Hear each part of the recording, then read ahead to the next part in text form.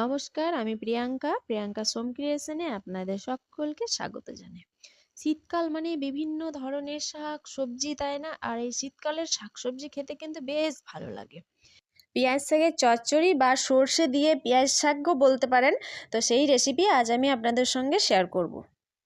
আর এই যে এটা একমাত্র শীতকালেই পাওয়া যায়, তাই না? এটা কিন্তু খুবই ভালো লাগে। আর শীতকালে অনেক শাক সবজি আছে যেগুলো আমরা এমনিতেই নর্মালি পাই, মানে গ্রীষ্মকালেও পাই আর কি, কিন্তু এই পেঁয়াজ শাকটা একমাত্র শীতকালেই পাওয়া যায়।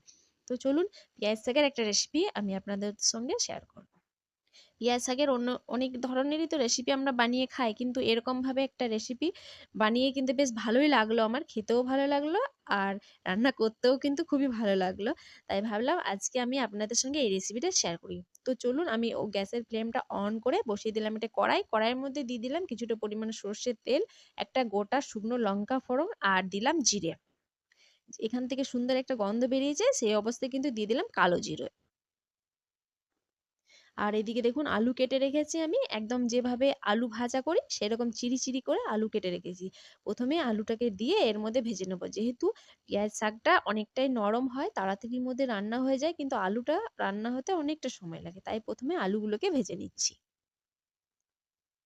এই আলুটা এখন ভাজা হোক, তখন আমি একটা মশলা করে নিই। এদিকে আমি সর্ষে আর কাঁচা লঙ্কা জলের মধ্যে ভিজিয়ে রেখেছি এই কারণে যাতে আমার এটা মিক্সিতে পেস্ট করতে সুবিধা হবে। তো এটাকে একটা আমি পেস্ট বানিয়ে নিই।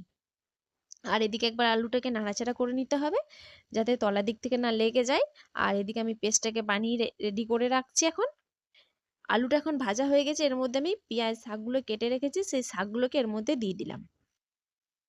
এবার পেঁয়াজ শাকটা দিয়ে একটু ভালো করে নাড়াচাড়া করে নেব। আর এই পেঁয়াজ শাকের যে কোনো রেসিপি হোক না কেন, খেতে কিন্তু খুবই ভালো লাগে। আপনারা ভিডিওটি কিন্তু স্কিপ করে দেখবেন না, পুরো ভিডিওটি দেখার অনুরোধ রইল। এর মধ্যে এখন দিয়ে দিলাম আমি স্বাদ মতো লবণ আর পরিমাণ মতো হলুদ গুঁড়ো।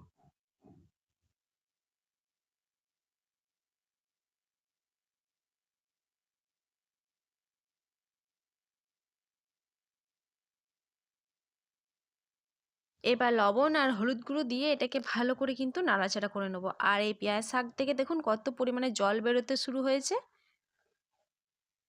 এই জলেই কিন্তু পেঁয়াজ শাক আর আলু কিন্তু সেদ্ধ হয়ে যাবে। আর পরিমাণটা দেখুন অনেকটাই কিন্তু কমে গিয়েছে। আমার চ্যানেলে নতুন কোনো বন্ধু হয়ে থাকলে অবশ্যই চ্যানেলটিকে সাবস্ক্রাইব করে পাশে থাকা বেল আইকনটি প্রেস করুন, যাতে আমার দেওয়া রেসিপির নোটিফিকেশন সর্বপ্রথম আপনার কাছেই পৌঁছায়।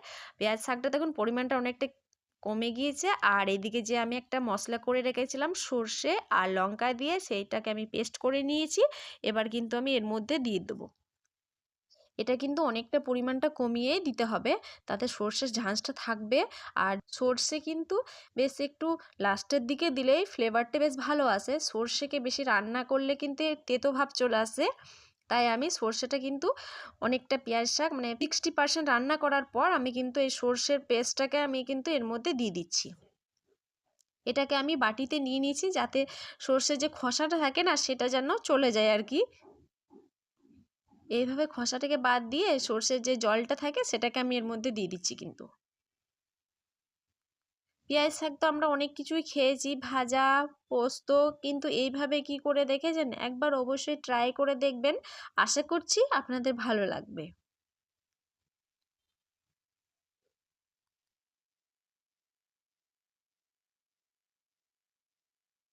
আমি এবার এটাকে সর্ষের বাটার জলটাকে আমি দিয়ে দিচ্ছি। আর যে কালো কালো খোসাগুলো আছে এগুলো কিন্তু আমি দেবো না, এগুলো ফেলে দেবো।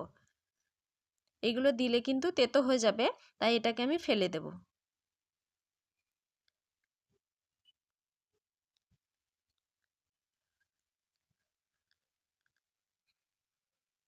আর দেখুন কতটা খোসা রয়েছে এখানে। এই খোসাটা কিন্তু দেওয়া যাবে না, তাহলে কিন্তু টেস্টটা কিন্তু বাজে হয়ে যাবে, এটা খেতে ভালো লাগবে না। সর্ষে বাটার জলটাকেই দিলাম আমি। ব্যাস, এবার এটাকে ভালো করে আমি এই জলটা টেনে যাওয়া পর্যন্ত এটাকে ফুটিয়ে নেব।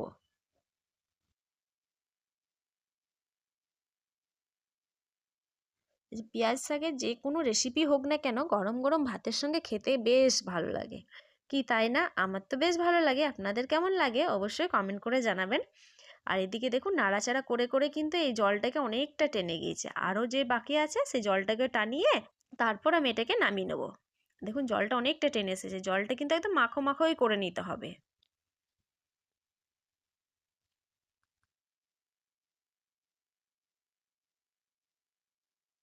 জলটা কিন্তু টেনে গিয়েছে, এবার কিন্তু আমি গ্যাসের ফ্লেমটাকে অফ করে দেব। ব্যাস গ্যাসের ফ্লেমটাকে অফ করে দিয়ে আমি এটাকে এখন একটা বাটির মধ্যে তুলে নেব।